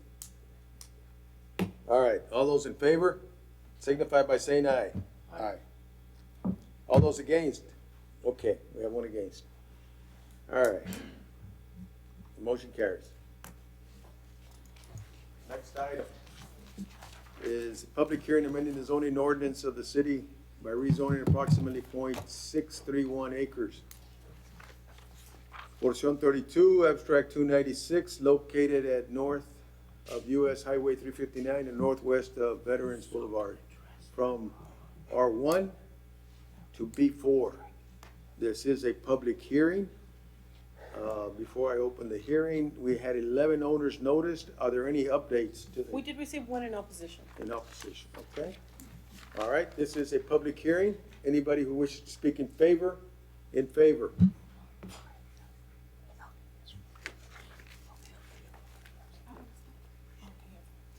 Good evening, Commissioners. It's Rodolfo Torres representing the owner, and was applying for a B4 because he wants to put a heavy machinery and sales related to commercial trucking. And this is unplatted, and we already submitted the plat, to be platted this time. This is on Highway 359, right? Yes, sir. What is it next to? It's a vacant lot. They're all vacant around it? What's the closest business to it? And I'm trying to read the streets, it says Ranch Road. Or what's across the street from it? Across the street, there's, Just to give me some bearings where we're at, because I really can't figure it out from this map. Do you know Rudy by any chance, or no? not really. I think this is, What is? I think so. I think right here is the, what is that material sales? Okay. Okay, that's good enough. Thank you very much. All right. Any questions for Mr. Torres? No, All I'm right. familiar with that area. All right, this is, thank you. This is a public hearing. Anybody else who wishes to speak in favor? In favor? Okay. Those that want to speak against, and I do have some people signed up. Roxanne Gaona? This is the most contentious planning and zoning meeting ever.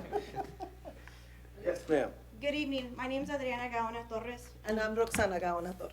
Okay. The reason we're here is the property you're talking about is residential. It is a family-owned area. Okay. That one lot was sold. It's less than a lot, an acre. But for over 40 years, it's been family-owned. It's been under the Gaona Rubio family. The road there, if you go there, it's Isabel R. Gaona Road. Okay. It's privately owned. That street is privately owned. I know there was a comment before the meeting started that TxDOT has a road, but my family, my father, my brother, my uncle, myself have made that road. We worked on the road, we put caliche on the road every time there's something. Since this gentleman bought this property from a previous owner, and I know the comments from the staff was it won't impact conditions. It has in the last 2 months. Our road has been covered with tractor trailers, tractors, trucks. We had to go around and, had to ask them politely to please move because it is a private road. We maintain that road. So their property, in order for them to get to their property, they have to drive into that private road and then turn in. Our problem is that we would want to maintain it as a private road and that area is a private. Once you turn that into commercial, it's no longer going to be our residential because it's a quiet area. We have 30 acres there. All my family owns that except for that one little piece. We want to maintain that. Yes, I know he's saying there's some businesses around the area, but that square, is all residential. My father has maintained it and he's come every time and he's done everything that was necessary at the time to make it and keep it that way. I know they say it won't impact and the property contains, yes, there is a saltwater disposal across the highway. Yes, there is a industrial park. Bobcat is one of them that's on the side. But that area, that whole area you're talking about, where you see, their houses are right there. It's less than 50 feet where our houses are at. Okay. The houses are the ones that are behind this, right? Yes. Yeah, okay. So that road is Private. Yes. It's private. then- It's our only access to All our right, property. let me ask you this. It's not gated. No. So if you gated it, then they couldn't access it. Right, but we never had an issue because it was I always family owned. I understand, but, We can gate it. yeah, I mean, I'm just saying that's one option because obviously they do have, their access point would have to come from TxDOT. That's correct. TxDOT would be the one to have to give them access. So if you were to gate your private entrance, They can't come in. yeah. And we were polite by asking them the first time not to be there, but since then, they've cleared the property, they were putting cinder block, so they're still using the same road. They And don't they're- have the courtesy of asking family members of the That's what owners I'm there. saying, it's a private road, so, anything that's private, I would just say you can And gate it. we'd like to keep it residential because there is a potential of residential property in the back and it is growing. We're seeing Midtown developing behind an industrial park and it's not gonna be easy access. This in Central Road would be easy access to any future development that would be residential in the future, which is a potential for our city growth. And it is growing eastward. You have middle schools, elementary schools building out in that area. We will need residential. He also does not have a city water or sewer in that lot either. Nothing. Chairman, I have a question. Okay, go right ahead. I have a question for the gentleman that spoke in favor of it. Mr. Torres. Mr. Torres. Mr. Torres, what can you tell us about what is gonna be used at that property? How that property is gonna be used? The owner told me it was gonna be for a heavy machinery sale, probably tractor Heavy trailers. machinery, things like that. okay, tractors, okay. That's what we're asking for a B for.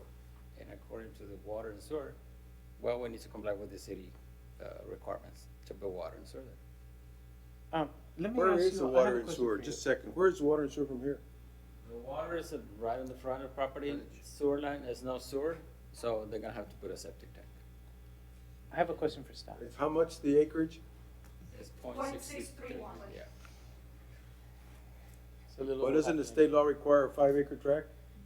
Under, if I may notify you for the record, under the model rules, for residential, it has to be a minimum of 1 acre. So in this particular case, they would be allowed to have the septic, but there has to be a plat note on it not being residential in this particular. Commercial, strictly. It would have to be strictly commercial. That is correct.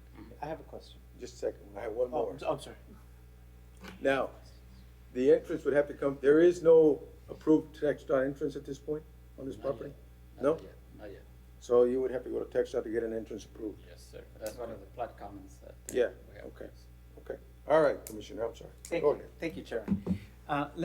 What consideration do we take into thought when we're thinking about like pollution from, let's say, the types of machinery that's gonna be sold there, the kinds of vehicles that are gonna come to pick it up?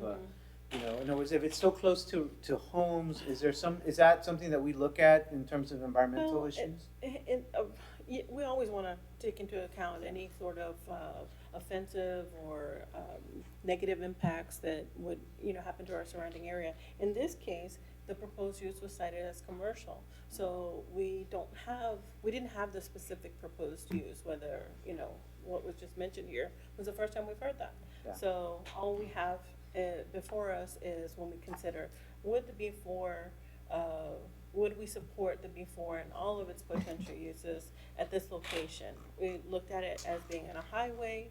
We saw a mix of commercial and light industrial uses, and staff. What does the comp plan say about that area? The comp plan designates this area as Low-density residential. the low-density residential. Okay, so However, how I'm do sorry. okay. Staff does note in its comments that, as you know, we are moving forward with updating the comprehensive plan, especially the future land use map, and our recode process is in full swing. So at this point, we're noticing that we are having to make adjustments when we see cases exactly as this, where we see similar uses and similar zones in the area, where there's not quite. I guess like my comment to the commission is,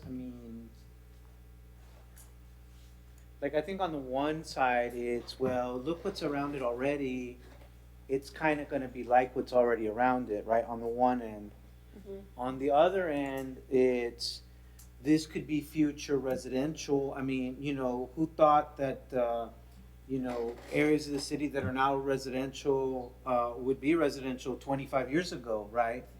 And with the cost of housing and the way that the city's developing and the points that she's made about the schools that have been built around there, one can say that there is going to be development out in that direction at some point that's going to be residential, So, I think we need to be guided by what we have in front of us, and I think that's the comp plan.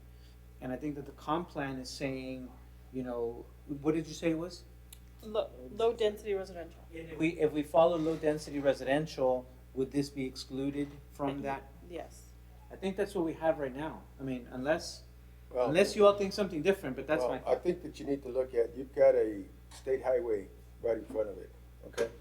Today? So yeah, you got Well, why would 359, you buy a Highway house? 359 is normally a zone that takes a commercial zone, because it is a very heavily traveled, and you don't want to put residential usually right next to where there's going to be a lot of noise, okay? So, their recommendation in terms of what they're proposing, and it's like she says, they're going through the land use again, but when you look at some of these things, you have to look at, okay, do I want to put residential right next to, what is it, a 4-lane highway right now that has tons of traffic? Is there room for expansion, right? The TechDOT has. There is some, talk about dudes widening the But roads. are there cities that have residential, you know, 2-3 blocks away from a freeway? 2-3 blocks, yes, yes, yes. Well, But they have it. Wouldn't their homes be about 2-3 blocks from the No, freeway? no, and that, yeah, I Yeah. mean, they have right now their own private entrance and that whole area could develop. What I'm saying is normally a frontage on a major arterial is usually a commercial development. That's what I'm saying. No, I understand Okay. that, but this is a pretty, this is heavy machinery they're selling. This is not Well, I mean, but if you look at the area. This is not Starbucks Okay, and but- Marshalls. But look at Highway 359. You do have down the road, there is a rental property that does heavy machinery, okay?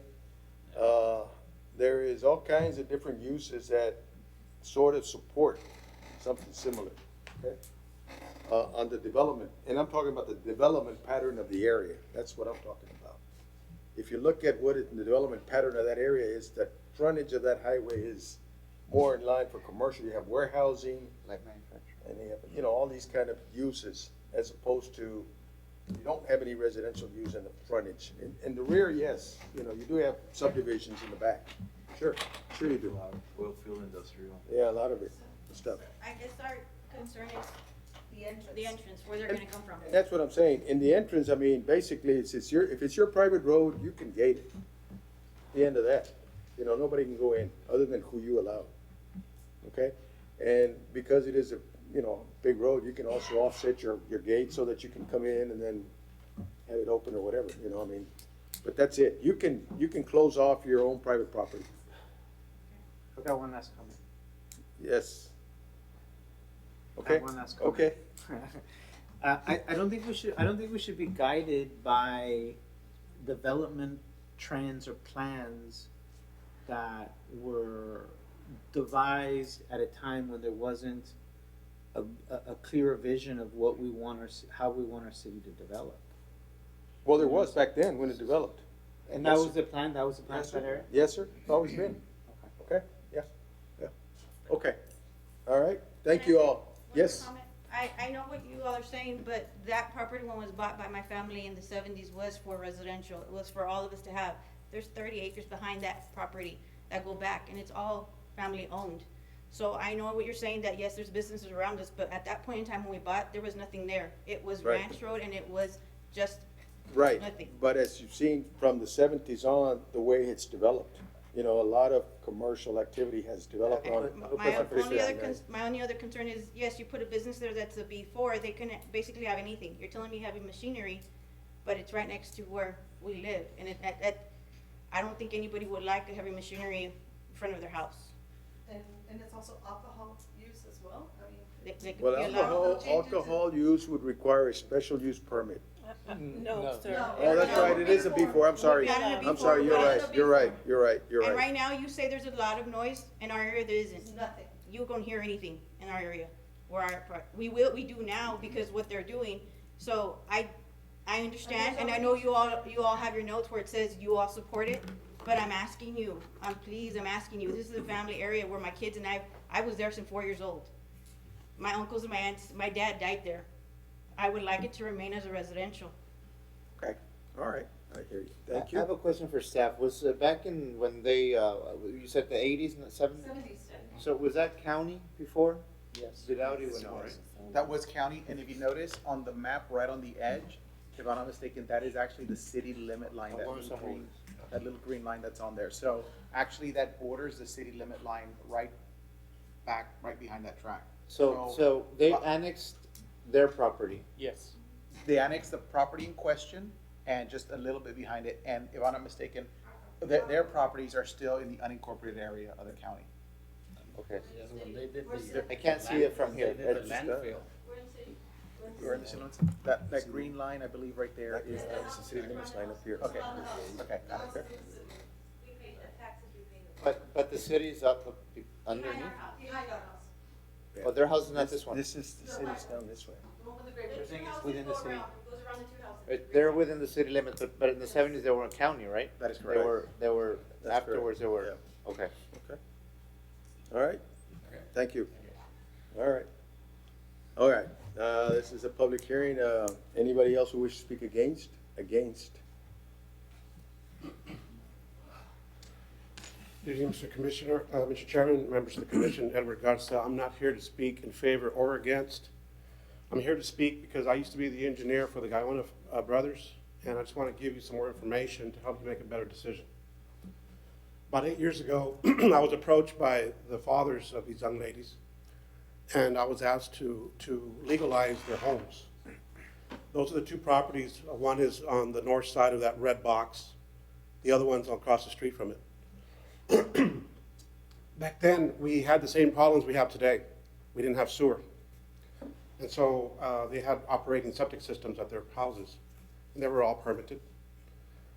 The issue in those days, about 8 years ago, we were platting land, was that we had a private road. And during the platting process, the engineering department was requiring us to pave that road and convert it into a public street. The cost was so exorbitant at that time that my clients decided that they could no longer pursue it. So what we did is we tried to get creative. We created a flag lot on both sides to incorporate the home and the side lot on either side, on the left side of that red box. And then we went across the street and did the same thing on the right-hand side. So imagine a flag lot fronting a state highway. So what that did is it addressed access to a paved public street. However, during the course of discussion, again with the engineering department, they were at that time changed their approach to require us to put up a letter of credit for the construction of that road, to preserve money for a future conversion of that road to turn it into a public street. My clients could not do that. They were both retired gentlemen, did not have the resources financially to do that. So the plat went away. We did go through the process of preliminary approval. We were on the verge of final plat approval when all this occurred. The intent at that time was these two gentlemen wanted to legalize their property so that someday they could convey it to their children when they would pass. Those plats still exist in my computer server, but they're just that, pieces of paper. This property is not platted, and it was surveyed back in the late 80s by Tony Medina, and he surveyed that entire 32-acre tract, and he broke it up into individual lots with a road down the center. And the intent for that survey back in that day was so that way the family could convey property to themselves, to the brothers and sisters, and to the children, and to the grandchildren. The problem with that land is that it is intended to be residential. We've actually had meetings with the adjoining property to the west to try to convert that existing use of industrial. And we've actually have been talking about a convergence and re-urbanization of that whole property into a single-family development. But the main issue here that still exists today is the lack of sewer. Sewer is a primary problem for this area. Another thing I would like to point out is that in my experience working with TxDOT, TxDOT currently has a level of service F designation on Highway 359, which is the worst designation you can have on a highway system. The reason why they have that is because they don't have any other alternate access points to move traffic away from this area that's been developing quite rapidly. There are movements already in place as we speak to make changes and to improve that. However, it's going to take a while to change the level of service. TxDOT recently announced some money to do some improvements on 359, and I think we're all going to benefit from that. But I just want to make you aware of these things that are out there that pertain to this particular location, just to help you make a better decision. All right, I have one quick question for you. This particular tract that is before us was part of the original 32 acres? Yes, sir. And it was sold by a family member? Yes, sir. Okay. All right, thank you very much. I think you really brought a lot of light on this, and I thank you for coming forth. All right. Is there anybody else out there who would like to speak against the zone change? Against? Yes, sir. For the record, Paul Torres, I appreciate for the opportunity. That pretty much covers all of the reason. One of the things that I want to highlight, that map does not really paint the real picture of how big the area and quiet it is. And I do understand that within the vicinity, which is still part, they might have a couple of business, but they have their own entrance, it's different. This part, it was family, and it's also different. There's two pillars that went in for the family and also their families. I know that the schools are moving up forward, but those were designed for the family. And as you see the red box, those houses are within 50 feet. So that business itself, have to take consideration that progress not, there's residential within 50 feet, and you have to take that in consideration. Whatever plans they might have in the future, but this time it's a residential, it would like to keep it that way. Okay. Thank you. Thank you very much. All right, anybody else who wishes to speak against zone change? Against? All right, if not, what are the wishes of the commission? I'll make a motion to follow staff recommendations and to approve the zone change, Mr. Chairman. The staff recommendation is to approve the zone change? Yes. We have a motion. Do we have a second? Do we have a second? Motion dies for lack of a second. Do I have another motion? I make a motion to go against staff's recommendation and deny the zone change. We have a motion. Do we have a second? Second motion. And a second. All those in favor of this particular motion signify by saying aye. Aye. Let me see a show of hands. Okay, one vote for that.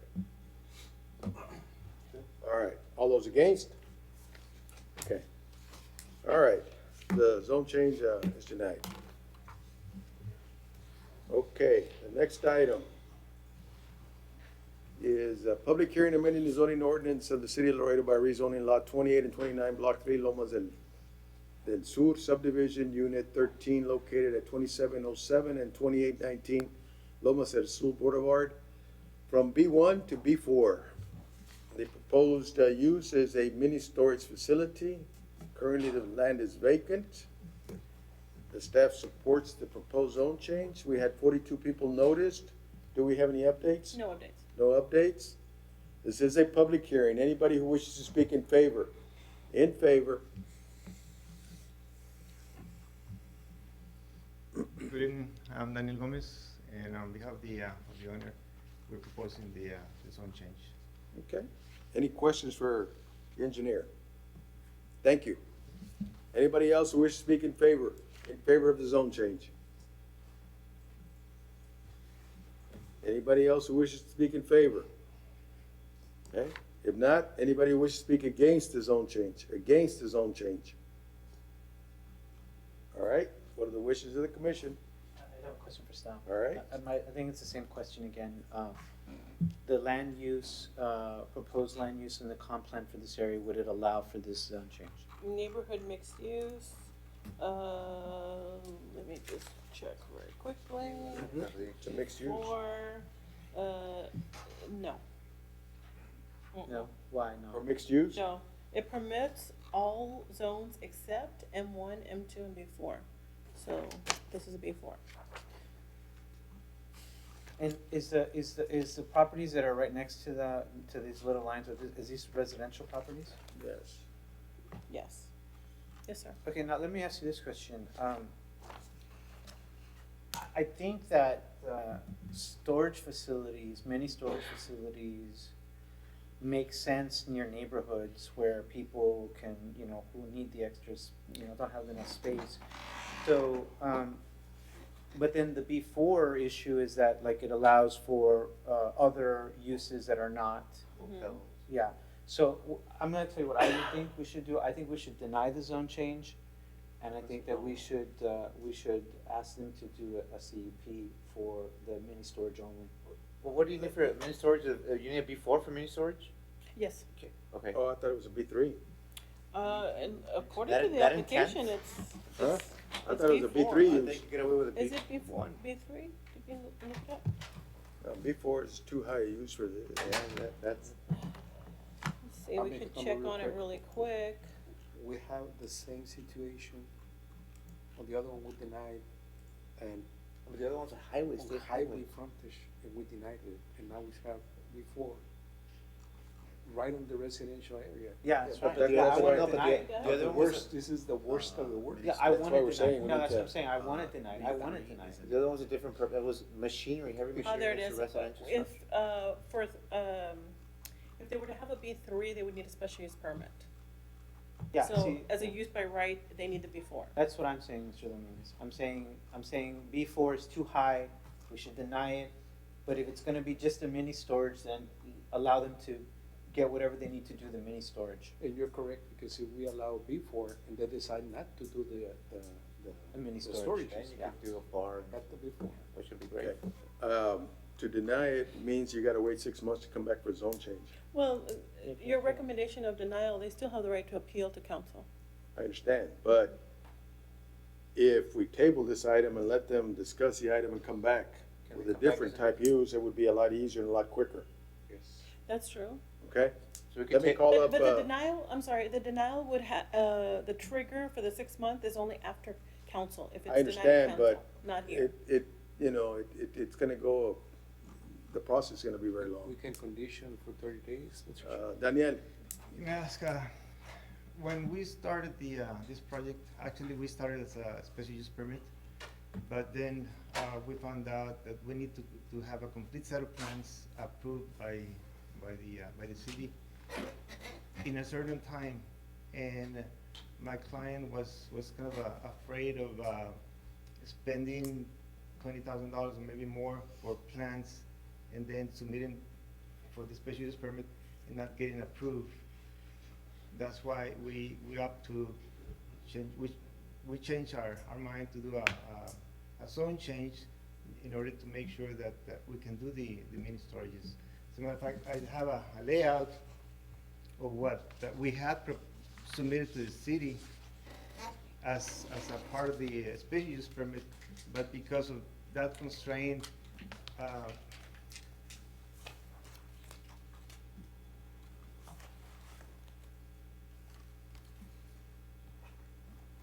this is what the city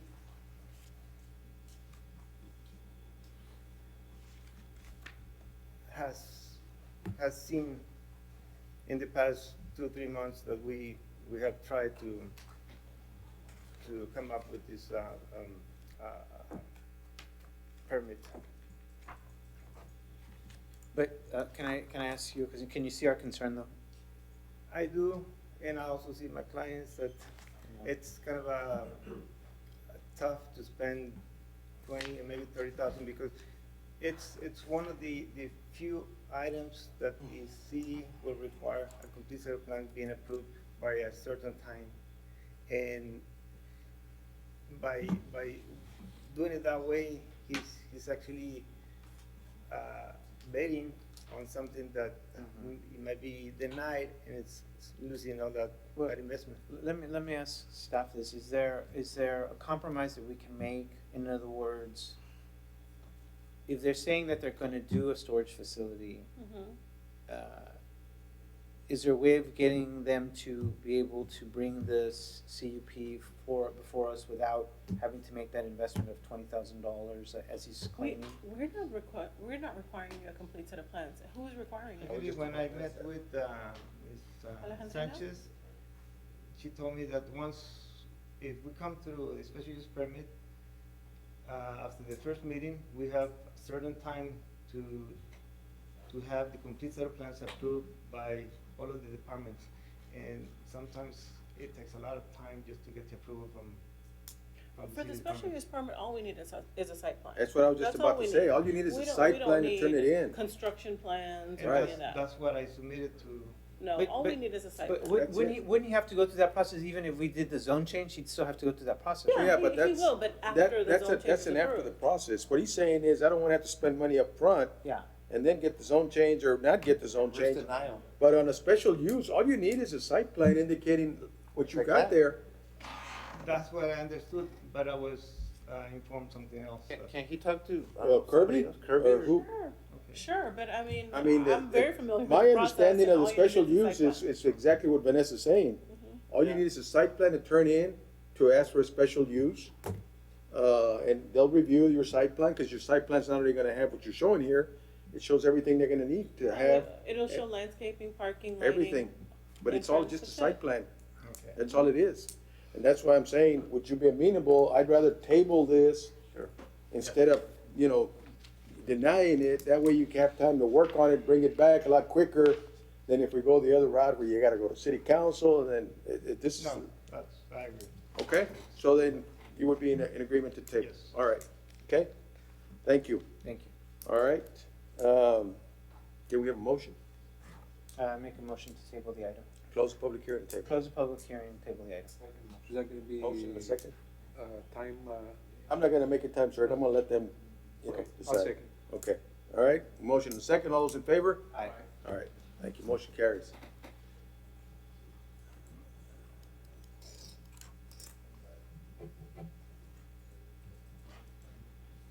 Okay, the next item that we have is amending the zoning ordinance of the city of Laredo by authorizing a special use permit for a restaurant serving alcohol on block 3.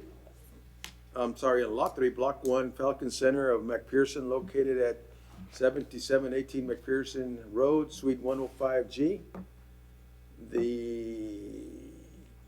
There was 26 letters sent out, and there was any opposition or? Yes, we received one in favor. One in favor, okay? And the staff's comments on the special use permit, they support the issuance of the proposed special use. This is a public hearing. Anybody who wishes to speak in favor of the special use permit? In favor. Anybody who wishes to speak against the issuance of the special use permit? Against? All right, what are the wishes of the commission? I make a motion to close public hearing and approve. We have a motion, do we have a second? I'll see. A second? I'm sorry, I All didn't those hear in the motion. favor? What was the motion? To approve? Approve. Yes. Approved. And a second by Commissioner Dominguez. All those in favor signify by saying aye. Aye. All those against, motion carries. The next item that we have is a review and reconsideration of Embarcadero Southwest Quadrant Master Plan. The intent is residential, and the purpose is to revise the reconfiguration phase. This is a 365.15 acre tract located south of Bobolek Loop and west of 1472. The zoning for 1,092 lot development is R1, A, R2, B3, B4, and AG. And the proposed action is approved subject to the following comments from planning, from water and utilities, and a notice to developer. Okay. Does anybody have any questions on this? If not, what are the wishes of the commission? The engineer firm concurs with your comments. Who's here from the?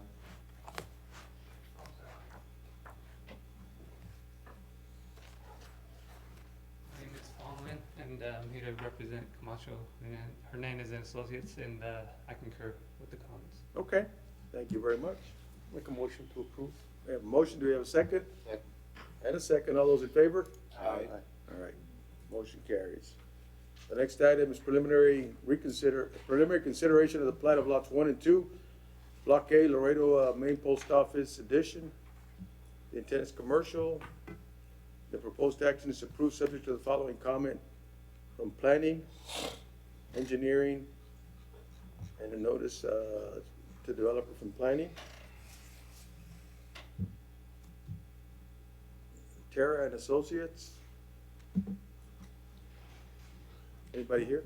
Yes, I'm with Sinclair Land Surveying, representing Come on up to the podium, and identify yourself, please. Lemuel Sinclair with Sinclair Land Surveying. All right. And you're here representing the applicant? Yes, sir. And you concur with the comments? Yes, sir. Okay, that's what we want to know. Thank you very much. What are the wishes of the commission? Motion to approve subject to the following comments. Second. All right, we have a motion and a second. All those in favor? Aye. All right, motion carries. The next item is the preliminary consideration of the plat of El Refugio subdivision. The intent is residential. This is a 5-acre tract and it is located north of Delmar Boulevard and west of Drenbig Road.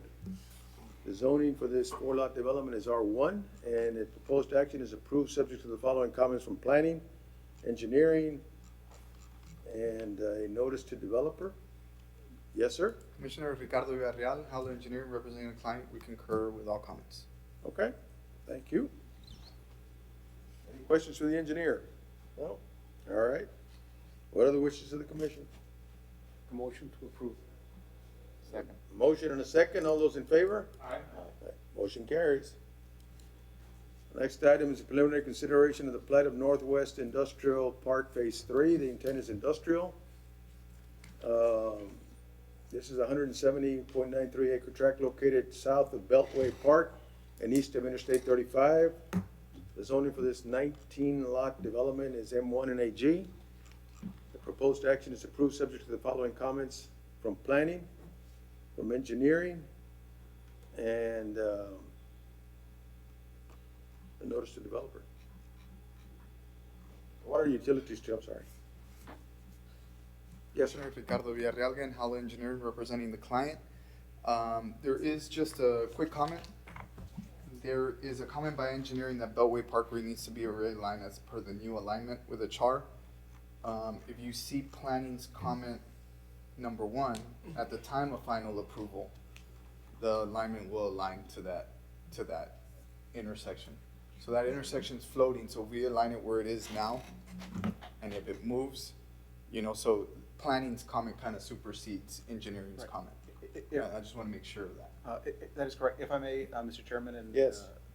Commissioners, we did meet with the engineer, traffic planning, as well as engineering, to discuss this, and that was the issue, just to make sure that they would intersect, so we did meet with them on that. So when we come for final, we'll make sure that at that time, wherever the intersection is, we're gonna align to it. Okay, so we're good We with did that. meet with them in advance. Should we already. just add, just it- scratch- should- should should- we scratch how, it out? how did we just add Well, we got it at already. this time of final approval? It What's it there? says Item there number at one the on time the of But in final the engineering approval. comment, Huh? in the engineering comment, no? In the engineering comment, we can just, yeah, you can say Beltway needs to be realigned as per the new alignment at the Char Ruthinger by final plat. You can add by At the final time plat. of final plat. At time of final approval. Yeah, okay. You can add that. All right. Any other questions? All right, what are the wishes of the commission then? Motion to approve subject to the following comments, adding the comment to the engineering. Okay. Second. Motion and a second. All those in favor? Aye. Motion carries. Next item is preliminary consideration of the Achar plat. The intent is commercial. This is a 1-acre tract. It's located east of San Dario and south of International Boulevard. The zoning for this lot development is B3. And the proposed action is approved subject to the following comments from planning, engineering, fire, water utilities, and a notice to the developer. Rodolfo Torres, representing the owner, we concur with the comments. Okay, good. All right, do I have a motion? I'll make a motion to approve. Motion to approve, do we have a second? Second. And a second, all those in favor? Aye. Motion carries. The next item is the consideration of the model subdivision rules for the plat of the Southwest Development Unit 4. The intent is residential, and its proposed action is to approve. We have a motion? Motion to approve. Second. Motion and a second, all those in favor? Aye. Motion carries. The next item is director's comments. No comments No at this time. comments. No comments. Motion to adjourn? Motion. Second? And a second. All those in favor? Aye. Motion carries.